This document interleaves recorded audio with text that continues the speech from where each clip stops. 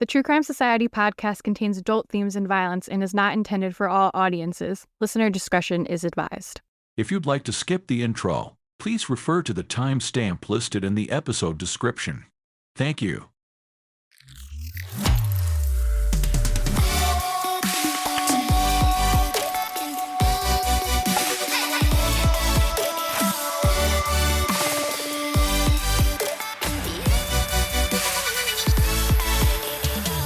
What's up, guys? Welcome back to another episode of the True Crime Society podcast with Stephanie and Olivia. We got some exciting news today. It is Thursday, October 12th, just for the record of the exciting news. I just happened to look at the Spotify podcast True Crime page, like the front page. Each section has kind of like a little editorial thing where it's like editor's picks or like Virgo killers, and I'll have some featured episodes and podcasts.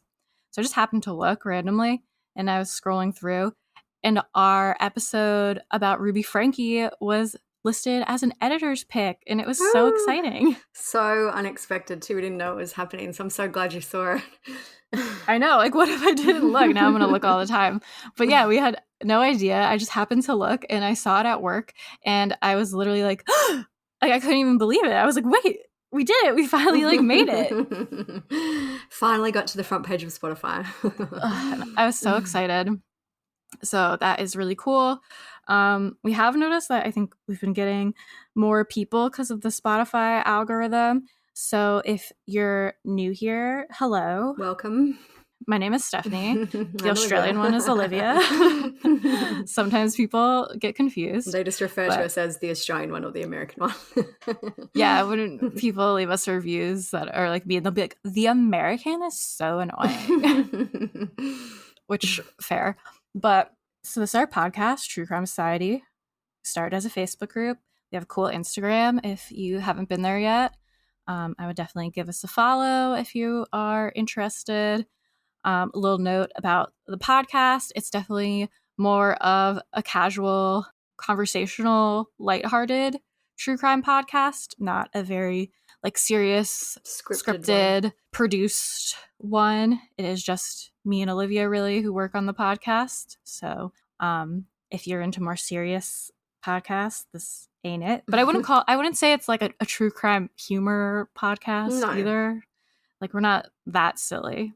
Also, if you ever don't want to listen to the intro, we usually chat for a couple minutes about whatever's going on in our lives, because some people do like us and like to know what's going on. We put a timestamp in the episode description, so you can just click that and it will bring you to the start of the crime content. So we try to cater to everyone as best we can. Yes, we try our best. But we're just a couple of nice gals who like crimes. And please don't be mean to us, because our feelings get hurt. Yeah, definitely welcome. If you're new and you found us, we'd love to hear about, if you are new, how you did find us. Send us a message on Instagram and let us know. Yeah, definitely. Anything else to know? We do have quite large communities on all social media. So we've got a big Instagram page and Facebook group and page. So whatever your preference is, you can check us out there too, and for more crime discussion. Yes, and we do have a Patreon for when you listen to a few more episodes and you become totally obsessed with us. You can check that out. Yeah, you get we do an extra Patreon episode every week, as well as ad-free and early release of our main episodes. So I've got a little bonus on there. Yeah, and on Patreon, it kind of is its own community. Everyone can comment on there. We do posts on there. I did just make a chat, so we could have a chat. I sent pictures of Peep on it. Peep is my cat, for those who don't know. I forgot about that. Peep is the third host of this, not by any choice of mine. She just forces herself on. She is sitting here with her back to me right now. She's insulted. But if you ever hear a little meow or a loud meow in the background, it is my cat Peep. I do have another cat named Freshbutt. He's more quiet and polite. Peep is rude. So if you hear a cat meowing and you're like, is there a cat in my car? There's probably not. There could be, maybe, but probably not. Yeah, just have a quick look, but it's probably just Peep being rude. All right, I guess we'll get into the episode. We're going to talk about a few very mysterious missing people. I have a love-hate with mysterious missing people because I just hate not knowing what happened. 2 are kind of current and 1 is older, but all of them at the time of recording are still missing. So if anything happens after this, we'll update you. But yeah, they are all very mysterious and unexplained. The first we're going to talk about is Jared Shadid. He is a 27-year-old immigration attorney, and he's been missing since July 30th, 2023. And it's just a strange one. There is not a lot of information about his case, but the information there is makes it very puzzling. A key piece of evidence has been found in the case of a missing immigration attorney. During a trip to Seattle at the end of last month, 27-year-old Jared Shadid checked into an Airbnb but never returned. He left nearly all his belongings behind in the Squire Park property. Well, now investigators have found Shadid's car, but not in Seattle, in an LA neighborhood.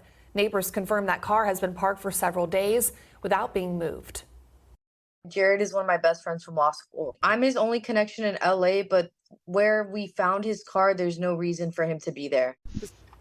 We also have new video right here into our newsroom showing Shadid entering the Airbnb from the building's doorbell camera. His car will be impounded, with the search for Shadid now stretching down the West Coast. So a little about him. He is originally from Baltimore. He attended Forest Hills High School before moving on to NYU for his bachelor's degree. And during his time at NYU, he interned at Common Cause in Washington, D.C. He also worked as a non-resident research intern at the Hudson Institute in Washington, D.C. from February to July 2017. He then worked as a business immigration writer at Kramer, Levin, Naftalitz, and Frankel LLP. They always got to use all the names. It drives me crazy. When I worked at a law firm, there was this one girl who would call from another law firm. Or like when we would call that law firm, she'd have to pick up the phone every time and be like, Kramer, Levin, Naftalitz, Frankel, John Smith, LLP. It's very long. And that was in New York from May 2017 to July 2018. He then pursued his Master of Laws at Duke University School of Law. He even ventured to Tokyo, working as a summer associate from May to June 2019.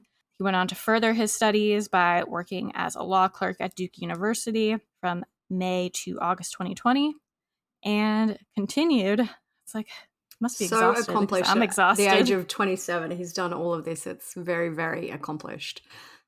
His education continued with a Doctor of Law at Duke University School of Law, and he eventually worked as a law clerk at Grossman, Young and Hammond LLC in Bethesda, Maryland. So like Olivia said, very accomplished, a lot going for him. Seemed like he was a very hard worker and dedicated to his career. And knew what he wanted to do. Like he'd been on that path for a very long time. It wasn't like he thought, oh, he seemed like he was working towards being an immigration attorney basically from the time he started his university schooling. Yeah, from like high school when he graduated. This is info about the firm he worked for. That's from their website. It says Grossman, Young and Hammond is an internationally recognized immigration law firm whose foremost goal is transcending borders for our clients, whether that means securing a work visa for a corporate executive, a candidate with critical technical skill, or a trailblazing researcher guiding you to lawful status in the United States based on investment, representing individuals in deportation proceedings, or advising activists, persecuted individuals, or other attorneys on human rights issues, asylum, and Interpol matters. We have the experience and knowledge you deserve. Jared's family have said that he was living his dream working at the firm in Washington, D.C. Despite that, in summer of 2023, he quit his job, but he was still licensed to practice law in Baltimore and Washington, D.C. We know that Jared packed up his white Volkswagen Tiguan with D.C. plates and headed off on a cross-country road trip. Jared's friend Sierra has made some posts online. She wrote, he wanted to do a cross-country road trip, and music blogging is one of his side hobbies. He covers different concerts. However, he would normally let everyone know about his whereabouts. That was not the case this time around. He did a couple of road trips. He went to Nashville. He went to Indiana. So I think he was just checking out new places. So we know that Jared stayed in Airbnbs in Forks, Washington, and LA on his trip. His last known movement is on July 30th. Jared was seen on CCTV checking into an Airbnb in Capitol Hill area of Seattle. The images have been released that they have. He seems like alone. He's just carrying his stuff, going into the Airbnb. It's like a doorbell cam. It's a ring. Yeah, nothing, doesn't look anything out of the ordinary or suspicious or anything like that. Yeah. So Jared took his phone, bags, and laptop into the property. Someone who lives in the area of the Airbnb wrote this comment on Facebook after it was known that he was missing. They said, "We live beside the Airbnb and have footage of him leaving at 1:16 p.m. on July 30th. Not returning. I checked all of our footage. Wearing glasses, a light blue shirt, black shorts, and carrying a black tote bag. Can send you our ring video footage. We just heard about this yesterday evening. Otherwise, would have sent earlier. Saw luggage outside the Airbnb for a few days and thought it was very odd, but no one came to pick it up until recently." It's very, like, I have questions about that because they said he put his luggage in. I guess maybe the Airbnb owner left it out the front when he didn't come back, but it seems like his luggage for some reason was out the front of the Airbnb. And also, I don't think we've said it yet, but it says how he basically left all his stuff behind. So if he's leaving with this bag, what was in the bag? Yeah, in the black tote bag. I wonder. Yeah, I don't know. I have a lot of questions too, but we don't know the answer. Like maybe he left all that inside. Maybe that was his laptop he was carrying in the bag or something. But yeah, raises a lot more questions. Yeah. Jared's cousin, Patrice Morgan, spoke to the media about how they discovered he was missing. Police stated Shadid was at an Airbnb and left the Airbnb abandoned and did not return to check out. She said based on the account of a woman who was listed as his emergency contact for the rental. I don't know why I'm confused by that. Basically, I think that Patrice spoke to whoever the woman was, and the woman said that she was contacted and said that the Airbnb was abandoned. Does that make sense?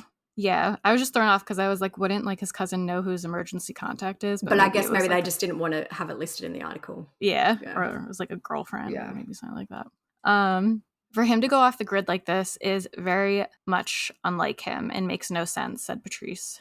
So we haven't been able to find any info on how long he was meant to stay at the Capitol Hill property, but on August 8th, Seattle police contacted his family to let him know that he was missing, which is kind of a long time. Is that like when they noticed? But I guess like that's maybe, let's just say he was meant to stay there till August 6th. Like that's only a few days after.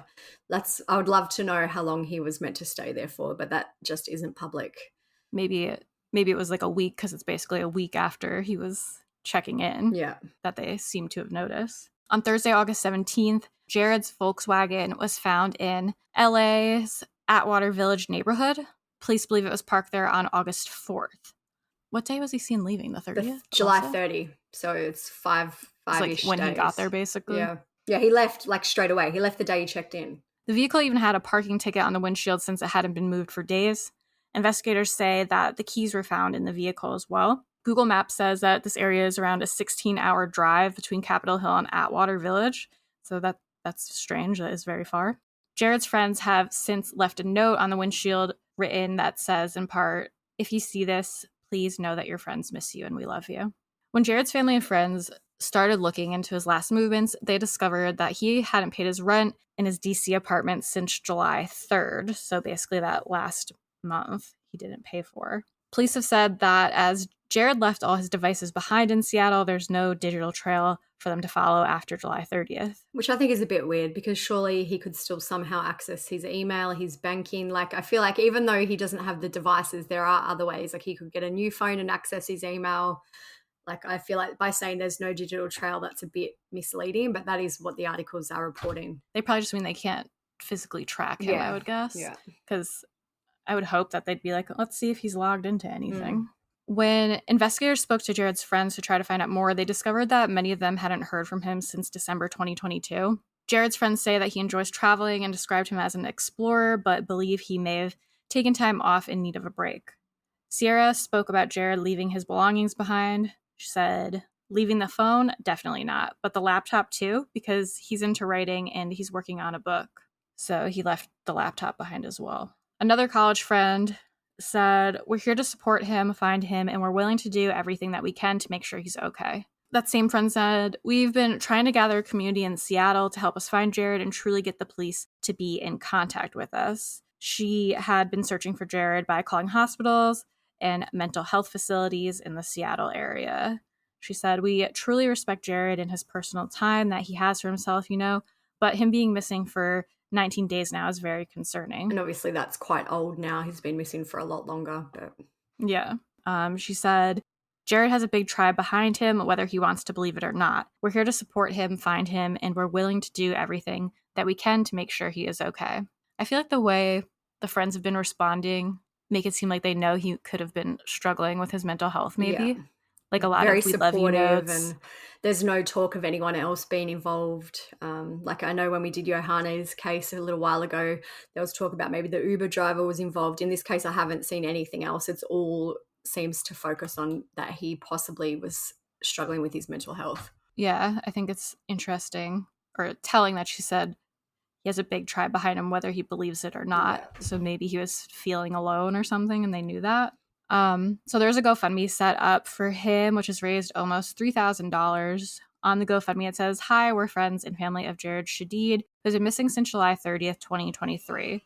We've created this page to raise funds to retain the services of a private investigator to expedite the search for our loved one.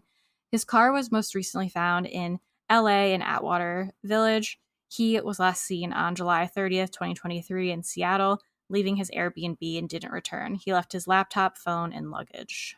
So as of the time of recording, there's been very little media coverage about Jared since his car was found in August. And Jared is of African American and Lebanese descent with brown eyes, dark brown hair. He is 5'7" and weighs 150 pounds. He also has a couple of tattoos, including a dragon on his right calf, a Roman column on the inside of his arm, and a portrait of his mother on his shoulder. His friends have said he likes to visit coffee shops, museums, hiking trails, and concerts. I feel that by the articles saying that he hadn't spoken to some of his friends since December 2022 indicates that there might have been a lot going on for him this year. Quitting his amazing career, leaving to drive across country. I just feel like it does sound to me that there was possibly a mental break that happened with Jared, or that was in the process of happening. I do think, like often in missing persons cases, I don't think that the person could be alive. I do think there is a good chance he could still be alive. And just either, he may not even know who he is. He may be purposefully not coming forward. Reminds me of Johannes a bit, just with the having like this amazing career and that they also worked the so pressure, hard the for. high pressure career. Yeah, that's what I was gonna say. Just the pressure, sometimes it just gets to you and you feel so burnt out, especially not that I have a career that is nearly as much pressure, but just sometimes when you feel so overworked and burnt out, and then on top of the kind of shitty state the world is in right now, and you just feel like everything is weighing down on you, I feel like all the pressure can start to really weigh on you. One kind of small point that I do find interesting is that they said that they know based on his Airbnb records, so that was obviously before he went missing, that he did stay in Los Angeles. So then essentially he's driven back to Los Angeles. I wonder if there's a reason for that. Does he know someone there? Obviously we have no idea, but what the reasoning was for him to head back there. Yeah, I'm always so curious about, not jumping ahead and saying that this is a suicide or anything, but just had me thinking, even with like Alan White, which we don't know if it's a suicide either, but just with Johannes too, people's last movements before they decide to do it. Because it's like, what, like, why book an Airbnb? Why bring all this stuff? Or was it like he was trying to just take a break and get away from everything? And even then why go and unpack all your happened? stuff, like take it all into the Airbnb. Even if you booked it and he decided he didn't want to show up or whatever, that's a different story. But then taking all your stuff in and leaving on the same day that you do that, it's Did very he leave unusual. the luggage outside? Well, I don't know, because it says that he took the stuff in, but then that person who lives next to the Airbnb says it was outside. So I don't know if the Airbnb, if he did, he could have left it outside, or if the Airbnb owner maybe put it outside when he didn't check out, for example, or something. Maybe, I don't know. There's a whole bunch of questions around that. I'm not sure. I haven't been able to clarify that anywhere. Yeah, just like what happened when you got to the Airbnb that he was like, all right, well, I'm leaving now. So, yeah, there's no updates. The last articles are a month ago. They were the most recent ones. I did, Kiara, who you were mentioning, who has been posting online, I did respond to one of her comments online and ask if there was anything new. That was about 5 days ago, and she hasn't written back. So as far as we know, there is nothing new to share in Jared's case, unfortunately. Yeah. So the next one we're going to talk about is Prisma Reyes. This one, she went missing in 2019, so this one isn't as current, but still unsolved and mysterious. On a spring day in April 2019, 26-year-old Prisma Reyes vanished. I just don't see how, and I've said it before, how somebody can just disappear like smoke in the wind. She comes over here, she's on the phone. These are the last images of her. Her stepfather says just before she disappeared, she was calling a bunch of people she knew. She was confused. She didn't know where she was. She didn't know what was going on. She thought she was talking to one person, but she was actually talking to somebody else. Mesquite Police Detective Dustin Barrett has been on the case since the beginning when they got a 911 call from Prisma's babysitter saying she hadn't picked up her little boy. That triggered a missing persons report. So the first video we have of her is here at the E-Bar. Detective Barrett walks us through the videos from that day she disappeared in Dallas. Nothing too terribly unusual. She is on a lunch break from her job at a car dealership in Mesquite and having lunch with her ex-boyfriend. We have them on camera during that. He leaves. She goes back inside the E-Bar. Prisma stayed for another 3 hours until the bartender refused to serve her any more drinks, and she was upset. Have her leaving the E-Bar. Prisma got into her white Jeep, and phone records track her initially heading back to Mesquite, but then turning around and going back to Dallas.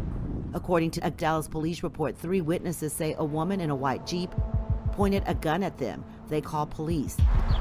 The next video shows Prisma arriving at the Olympus on Ross Apartments. She parks right there. It looks like an alleyway. Yeah. But it is a street, and she's blocking it. Where her ex-boyfriend that she was having lunch with lives. So she runs through the gate, and then she goes to stand by the elevator. This is where she calls a bunch of people. We spoke to everybody on her phone records list that she called leading up to her disappearance. All of them tell us that she sounds upset. So we've been following her case since she went missing, and our friend Amy, she has a Facebook group called Attempt to Locate, and missing people are kind of her thing specifically. She did a good write-up for us on this case for our blog, if you want to check that out. So Prisma was 26 years old when she vanished on April 17th, 2019 from Mesquite, Texas. Prisma was working as a paralegal, and she was a member of the National Guard.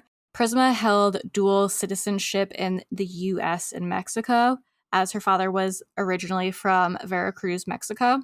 She moved to the U.S. as a young child and became fluent in English over one summer, so that is very hard to do that quickly. She earned a scholarship and attended a math and science magnet school. In 2014, Prisma gave birth to a son named Dominic. Her brother Rudy said that Dominic was her whole life. Everything she did, she kept striving for to try to make everything better for him. We believe that Dominic's father is a man named Arturo. He and Prisma did not stay together after the birth of Dominic. So the day that Prisma vanished was April 17th, 2019. What we know happened that day is that Prisma went to lunch with an ex-boyfriend, and some reports say that man is named Ryan. The couple seem to have a toxic on and off again relationship, and it's rumored that Ryan was abusive towards Prisma. The venue that they went to for lunch, it was called E-Bar Tex-Mex Restaurant in the 1900 block of Haskell Avenue in Mesquite. So while the two were at lunch, they had a fight, and it's thought that this fight started after Prisma made a phone call outside of the restaurant. This made Ryan very unhappy, and apparently he just up and left their date. Sounds like he was jealous for whatever reason. Or... Yeah, sounds like a dick. Mesquite Police Detective Dustin Barrett told WFAA, said, "We have them on camera during that. He leaves and she goes back inside the E-Bar."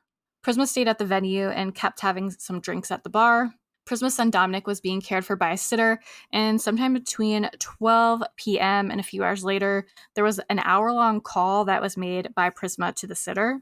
The family has said that this call is strange because usually her calls to the babysitter would last like 10 minutes, so strange to suddenly have an hour phone call. The sitter stated that the conversation was just about Prisma letting her know that she'd be picking up her son at the normal time that day. which clearly there was more to it than that. But I guess the only I other don't know. explanation could be maybe if she didn't hang up the phone, but then you'd think the other person would have hung up the phone. But yeah, it seems very Yeah. unusual. Seems like it's just info they're not making public. Prisma stayed for 3 hours until the bartender cut her off, and she was asked to leave, so she did. So between 5:49 and 6:01, Prisma made 9 calls on her cell phone. The second to last call was 3 minutes long, and she called her ex 4 times before that call and once after. So the way it's worded is a little confusing. But like, who were the other calls to? Who was the 3-minute long call to? I haven't been able to figure that out. Basically, there's a summary. 9 calls she made, 5 of them were to the boyfriend. So who are the other ones to? Yeah, was he? And I don't think he was the 3-minute long one. No, it doesn't sound it. Because seems they like he didn't specifically answer. say that she called him before and after that call. Yeah. 4 of those calls didn't last longer than a minute, so I don't know if that's counting like just it ringing and no one picking up or what. So after Prisma left the venue, she drove away in her white Jeep, which isn't great because I'm pretty sure she must have been pretty intoxicated to be drinking at the bar And be cut for off. 3 hours and be cut off and basically kicked out. The phone records tracked her initially heading back to Mesquite, but then she turned around and went back to Dallas. Prisma got into a road rage incident at this time. This is kind of like a weird side story, like all these things happening on this day. It's a weird I think it just story. shows like her state of mind too. According to a Dallas police report, 3 witnesses said a woman in a white Jeep pointed a gun at them. They got her license plate number and called the police. Prisma left the scene before police could arrive. Her next movements show her on CCTV arriving at the Olympus on Ross Apartments, which is now called the McAllen on Ross Apartments. And that's where her ex Ryan lived. The detective said, so she runs through the gate and then goes to stand by the elevator. We spoke to everyone on her phone records list that she called leading up to her disappearance, and all of them told us that she sounded upset. Prisma is last seen on CCTV in the parking lot.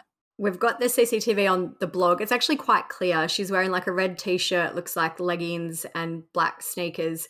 She's carrying a handbag. She's got a phone. It looks like she's talking to someone on the phone, but holding it in front of her face, so not up to her ear. On speakerphone. Yeah, and then she's got like a lanyard that looks like keys. She kind of is like, she's not standing still. She's moving around a lot. She does look very unsteady on her feet. Like she's stumbling a little bit, which makes sense, I guess, based on how much she apparently drank at the bar. But if you want to check out the CCTV of her, it's on the blog. Goes for a minute.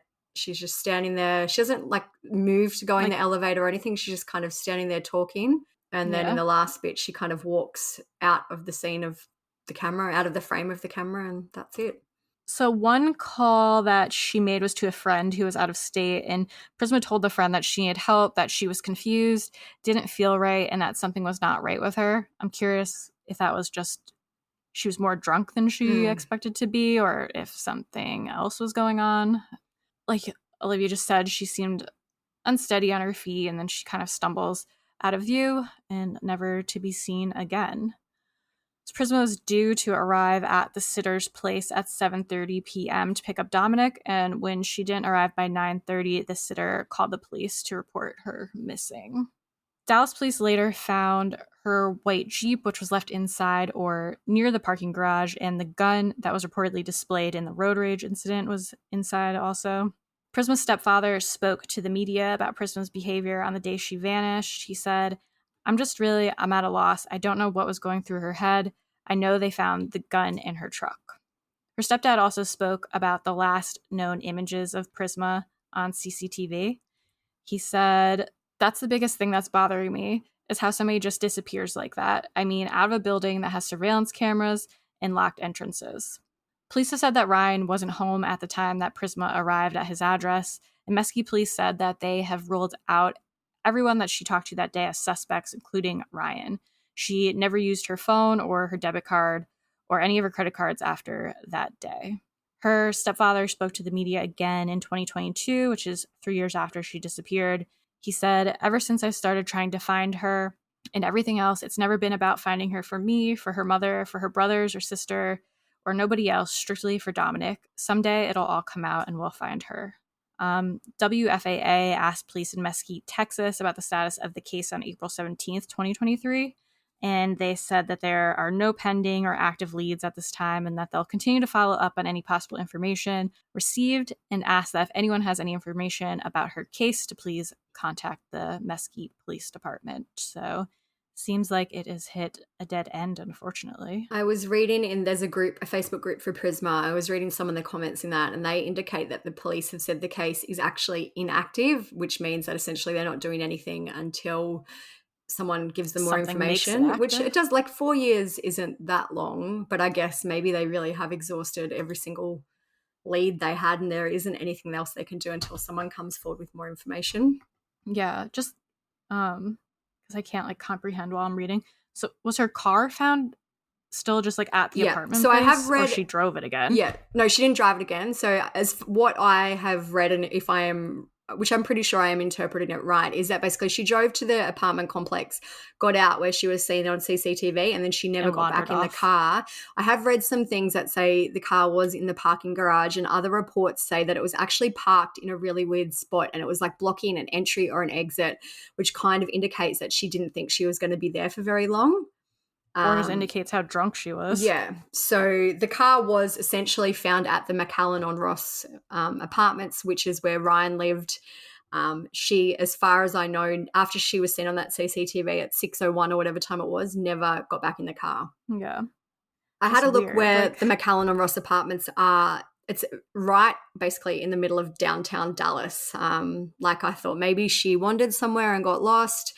You know, all that is around is like suburban city streets. There's like a few little city parks, but, you know, nowhere close by is like there's a river and things. But I just feel like in the general vicinity of the apartments, there's nothing. It's just a city. She was on foot and just like as drunk as she was or under the influence or feeling strange. Like how far could she have really gotten? Unless someone else she crossed paths with or something. And I just, you know, we always kind of joke, it's always the husband, it's always the boyfriend. And I really would have thought that was probably likely in this case, but police have said that he's been cleared. You know, he wasn't home at the time. I just think, wow, once they've taken that off the table, I really actually have no idea what happened to her. And it's like just that she stopped using her phone around that time too, it seems. Because you'd think if she ended up meeting up with him again, like she would have used her phone again to they don't contact him. There's no information about her phone records after that 6:01 p.m. It's almost like at 6:01 everything just stops. Yeah. I know I have read some comments online about basically how Arturo, who was Dominic's biological father, had nothing to do with him until Prisma disappeared and he filed for custody and all that. Like I don't maybe that would be something to look into. As far as I have read, though, he isn't a suspect either. But I guess, you know. I also just feel like if she's out, like her phone, for anyone like that to find her, they would have had to call her. She's basically just out wandering around unless he happened to live close by there because she couldn't use her car either. So it's just weird that. And even all the updates like random that have come out because it's been 3 years and now 4 years, like it's no real information. It's just like, yeah, we're still looking. There's just not a whole lot out there. Yeah. It just makes me wonder if she fell kind of in like some obscure place or something. I have followed the case and you do have a theory, let us know, because I would, like, usually I have a pretty strong gut feeling. I really don't in this case. So, another strange one. So the last case we're going to discuss is quite mysterious one again. It's very current. It only happened in June this year. It's about the case of Gwen Brunelle, who's a 27-year-old woman. As the search for a missing Boise woman goes on, 27-year-old Gwendolyn Margaret Brunelle was last seen around noon on Tuesday, June 27th at the Sinclair station in Jordan Valley, Oregon. Police got a missing person call on June 28th, exactly a week ago today. Our Jude Binkley talked to the Malheur County Sheriff's Office about the search. Jude? Well, Morgan, in a Facebook post, Brunelle's family said she may have wandered from her car or was abducted, and her family says she may appear to be disoriented. The search has been centered around Sucker Creek Road in Malheur County, where her car was found abandoned on Friday. Out in the desert near the state border on Sucker Creek Road and Highway 95, the Malheur County Sheriff's Office found the abandoned car. One of our deputies ran the registration on that vehicle that returned as, a missing person welfare check. Nobody was with the vehicle, and that's kind of when our involvement started. Involvement along with Malheur County Search and Rescue, Idaho Mountain Search and Rescue, the Ontario Fire Department, and volunteers searching on foot, on horseback, and in the sky. We've had airplanes, we had a helicopter up today, we've had ground crews. 1 week into the search with more planned. Tomorrow we will have some other search and rescue from Eastern Oregon coming down to assist us. The Malheur County Sheriff's Office has also been communicating with Boise police throughout the investigation. Their search has focused around the area where that 2008 Honda Element was found. So our interest has really been around the vehicle that we located. The evidence with the vehicle kind of indicated she was there at some point, so we're just really trying to search that area to see if we can locate her. A search that will continue until law enforcement clears that area around Sucker Creek Road, which could take some time. It's a big area, it's a rough area, so it really takes a lot of work to say that you have cleared that area, so we really can't say we've cleared everything in that area, so that's where we are right now. She lived in Boise in Idaho. She's the only child of Andy and Betsy Brunelle. And Gwen has a boyfriend who she's been seeing for 6 years. His name is Gerald Sanderson.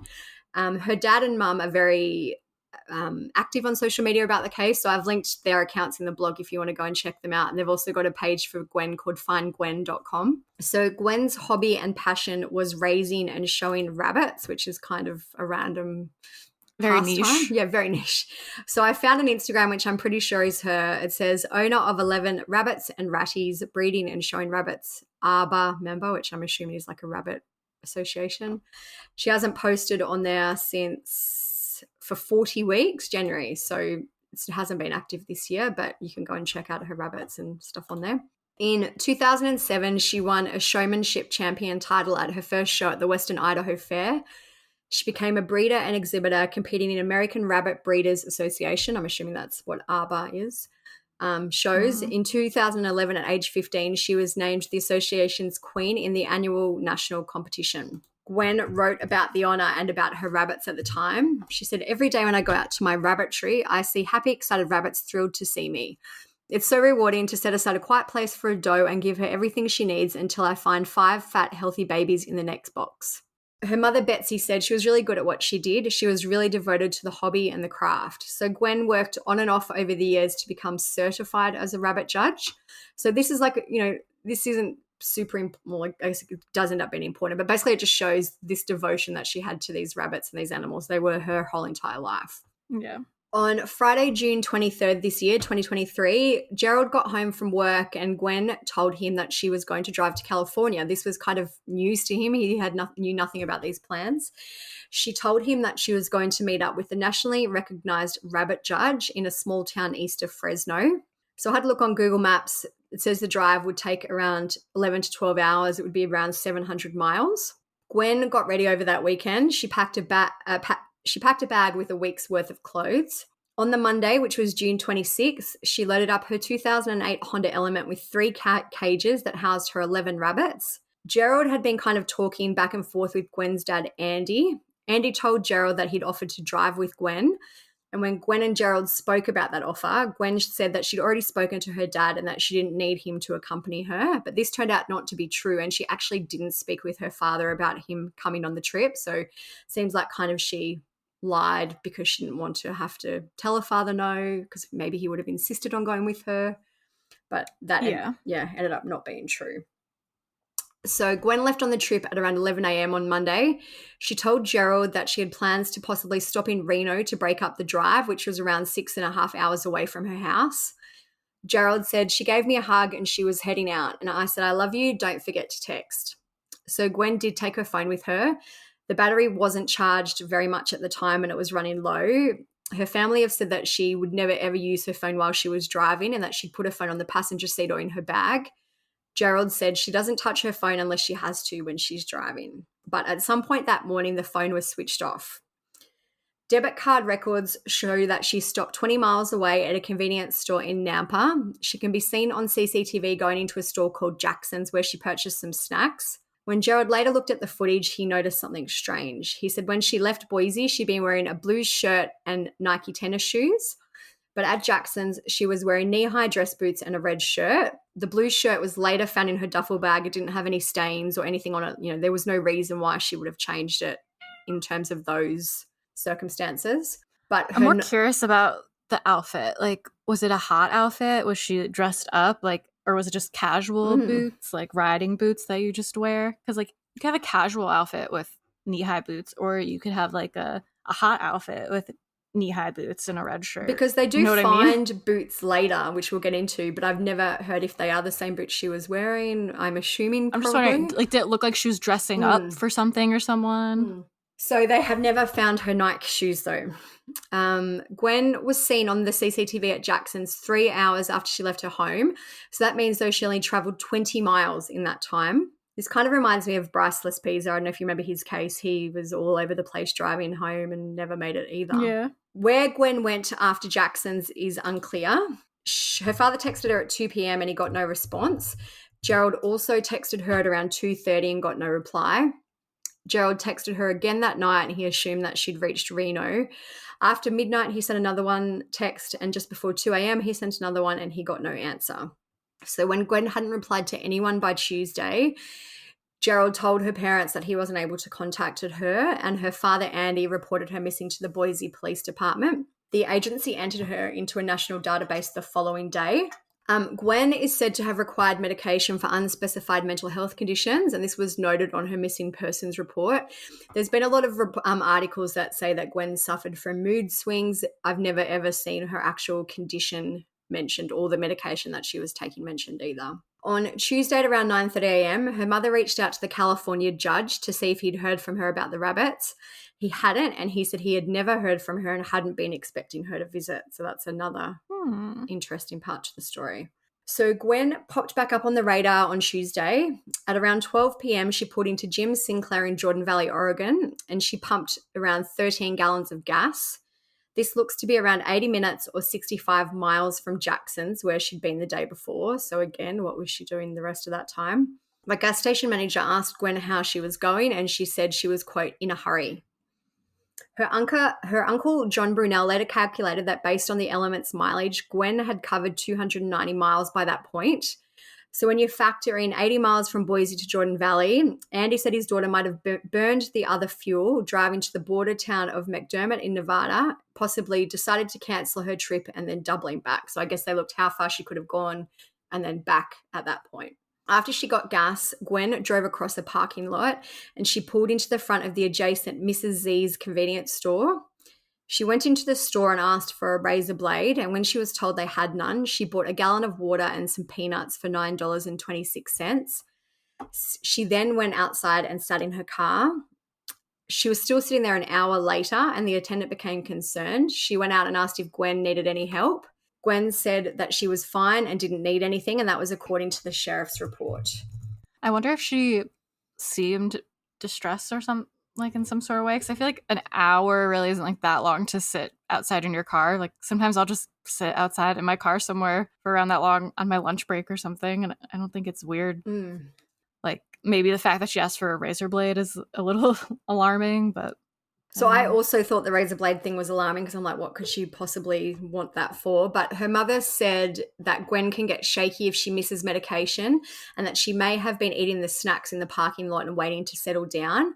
And she also said that Gwen used to use razor blades sometimes to cut her medication in half. So I guess could be explainable. Later that day, a rancher pulled off US Highway 95 around 17 miles north of Jordan Valley.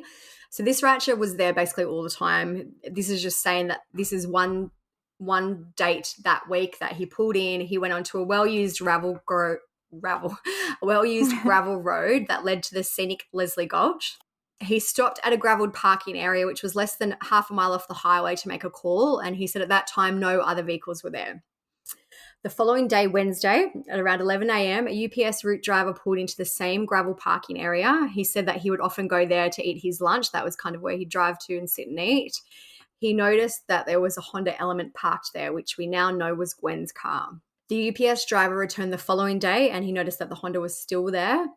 The rancher said that after he was there the first time too, he drove by the area every day and the Honda was there until Friday, June 30, which is when they kind of called it in. On that Friday night, Sheriff's Deputy Mike Hale was dispatched to check on a report of an elderly man who was in the area. At around 10:30 that night, the deputy went to where the gravelled area was and saw there was 2 vehicles there. One of the vehicles I saw was registered to people who were bird watching, but the other vehicle was Gwen's. When he ran the plates, Gwen's missing person report popped up and he realised that this was probably related to her case. Deputy Hale started searching the area in the dark for Gwen. Not far from the Honda, searchers later found a purple bathrobe that she wore around home. It appeared folded as if someone had formed it into a cushion to sit on. Next to it was the water that she'd bought at the store in Jordan Valley and it was half empty. So when they looked in Gwen's car, it was unlocked and the windows were down. By then, though, 5 of her 11 rabbits had perished because they'd been left in the car in 95-degree heat. Ugh. So I feel like that is very, very unusual behavior for someone who is coherent and loves those rabbits more than anything in the world. Definitely. Police called Gwen's parents the next day to let them know that the car had been found and that Gwen was still missing. The ignition key was inside, as well as her bag, her driver's license and her credit cards. Her phone and the Nike shoes that she had worn were missing. The website Find Gwen is really good. They've got comprehensive information about it. And this is what they said was actually found in the car. They said leather shoulder bag containing wallet and all known credit cards, driver's license and other ID cards. There was no cash in the wallet. Travel bags containing clothing and personal items packed for the trip. It is unknown if any items were missing from these bags. Empty soft drink cans and 2 wrappers from protein bars. 3 cages containing a total of 11 show rabbits. A water trough shared by the rabbits, and approximately 1 week's worth of food for the rabbits. So a large-scale search was launched for Gwen. There's a really good article from Oregon Live, and this info is from that. It says at daylight, the sheriff's office launched a search. Search and rescue members were joined by 2 private airplanes. 2 local ranch hands on horseback explored the area. On Sunday, they conducted a more intense search using 12 searchers, a heat sensing drone, and trained trackers and dogs from Idaho Mountain Rescue. 2 days later, Gwen's relatives and 3 dogs participated in a search organised by a deputy. When the search stopped, the deputy kept going and he covered 6 more miles. The deputy returned the following day aboard a helicopter. They flew along dry creek canyons and buzzed ranch buildings in the search for Gwen. On Thursday, July 6, teams that are part of Eastern Oregon's search and rescue committed to the largest effort involving 100 people. In all, searchers walked 300 miles, but Gwen was not found and the search for her was suspended on July 10. On September 10, Gwen's T-shirt was found snagged on barbed wire around 1 mile away from where her car was found. The sheriff said the shirt was wadded up and it was probably blown into the fence. Sheriff Travis Johnson said, we'll be focusing our search out from the area where the shirt was found in the fence. This confirms that she's most likely up that way rather than considering her being abducted. At the end of September, a helicopter spotted more of Gwen's belongings, her boots, which I wonder if they were the same boots that she wore in that footage, and her socks were found around 1.5 miles away from her car. They did another search for her at that time, but Sheriff Johnson said, unfortunately, we didn't find her. So there's photos of the boots. I haven't seen a photo of the T-shirt that they found on the barbed wire, but the photo of the boots, they're kind of piled up on top of each other, like it looks like maybe a red Christmas sock. It's just like piled up in kind of a messy pile, like they're not neatly laid out or anything like that. Yeah, they're definitely Christmas socks because it looks like they have Santas or snowmen on them. Yeah, and the boots, if they are the boots, they're just like riding boots, basically. They're not like hot, sexy boots. No. Yeah. So Gerald insists that Gwen would never have left her rabbits to die in the car. He said if she left those rabbits there, she meant to come back soon after. She raised all those since they were babies. Gwen's parents have looked through, I guess she kept writings and journals. They said, over the past year, we have noticed that some of Gwen's writings showed some delusional thinking and paranoia. We are not certain, but we think this could have affected her trip and the disappearance.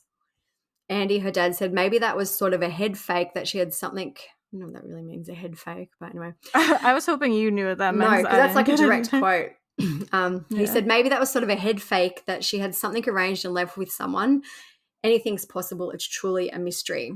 So Betsy, her mother, is a psychiatric nurse, and she leans towards the fact that Gwen is probably out there and has likely succumbed to the elements. She said that her daughter may have suffered a mental health crisis.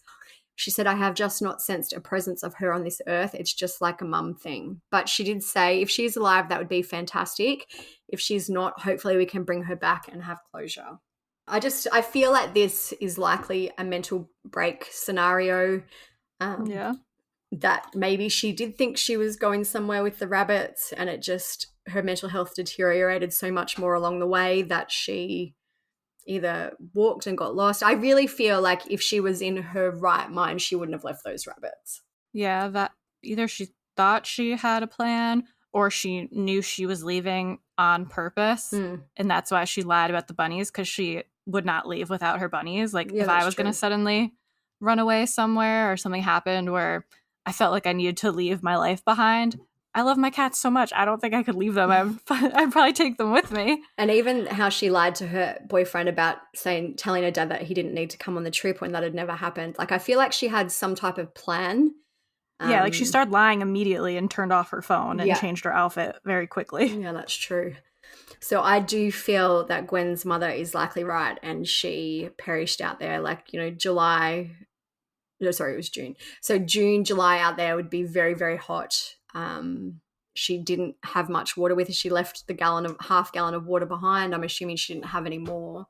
So I don't think she could have survived for very long out there. And even if maybe she originally left with some sort of plan or was doing something, and then maybe just not having her medication and like the plan didn't work out, maybe she was having her medication like that she had, and maybe that also sent her into kind of like a further spiral. But I do think, considering she went through the effort of bringing all these bunnies with her, I don't think she left them purposefully in the car and did plan on coming back to the car. Like, if you love your bunnies that much, you're not going to leave them to die a horrible death in a fucking hot car. No, I agree.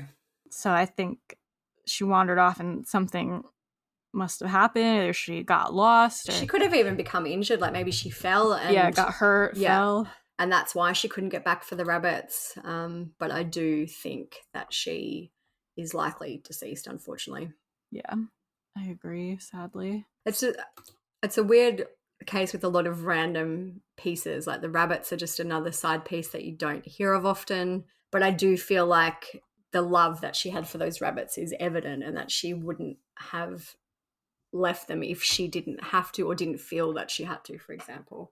I know I've said this many times before, and I'm sure the police have looked into it, but I just always, with things like this, with any of the cases, maybe not Prisma so much because she was drunk, but what were their Google searches leading up to this? Like, if I was doing something like this, like going on a trip or leaving, like, you would look something up, like travel, I like tried where you're to going, look up people you talk to. As far as I can tell, Gwen, either she's taken it down or she doesn't have a Facebook. She does have what I believe is that Instagram that is hers. She has an old Instagram that says, I forgot my password, so I can't delete this account, that it has no posts. So she doesn't have a very big social media presence to kind of go back from, I guess. But yeah, I'd love to know more about what she did on Google. I don't know, why she picked that story to tell about the judge. I guess that would give her a week. Or however long. In a way to bring the rabbits with her. Because if she was like, I'm going away, like, why else is she bringing 11 rabbits? Yeah, true. Where no one would question her. She did seem from, obviously I don't know much about her, but just from what I've seen, she seemed very naive and innocent. Yes, also. I agree.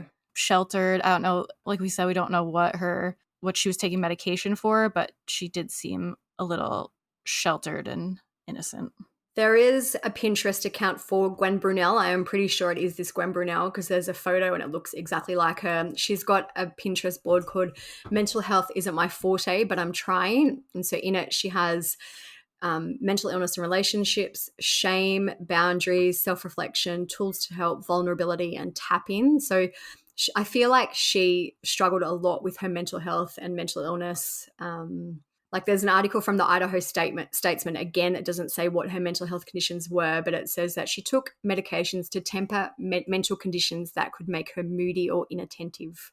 I wonder if her condition, or if she was just someone who was more vulnerable and could have been also easily manipulated if she did cross paths with the wrong type of person, or like if someone tricked her kind of into leaving for some reason. But I'm sure hopefully police would be able to like find stuff like that if she was having communication with someone. There's even an interesting article on Medium that someone called John Rachel wrote. It's called A Hop Along Friend, The Story of Gwen Brunelle. This is from 2015, so it's a long time ago, but it goes in about Gwen and her rabbits, and then it talks about kind of her anxiety as well in the article. So it talks about, you know, how she was sick. It says things like she finally felt normal. So she's obviously been struggling with these types of issues for a long time. Yeah. Hopefully we'll get an answer for that one. I'm very curious what happened. There are parts of it that remind me a lot of like even Daniel Robinson, Bryce Laspiza, as I said. I guess it happens quite commonly, sadly, is that people have some type of mental break and just aren't found for a very long time. Hopefully we get an update on that one. Post about it if we do. Yep. But that is it for this episode. In these cases, everything we talked about will be on our blog if you want to see any pictures or anything like that, at truecrimesocietyblog.com. Like we mentioned at the start, follow us on Instagram at True Crime Society. We have our personal accounts. Mine is StephSum_. Olivia's is TCS Olivia. If you want to check out what we're doing. There's our Patreon if you want to hear any episodes ad-free. We release them a little bit earlier, and the other stuff we mentioned at the start. Share the podcast with your friends, your family, anyone who likes true crime. That would be a big help to us. And leave us some nice comments, and make sure you're following us on Spotify or whatever platform you listen on. It is a very small thing to do that is a huge help to us when you're actually following or subscribed. So easy way to support the show. But that is it. And thank you guys for listening. Stay safe out there. And we'll talk to you guys next time. Bye. See ya. Bye. Peace out. I always say peace out, and I didn't. Peace out. Peep was distracting me. Okay, bye.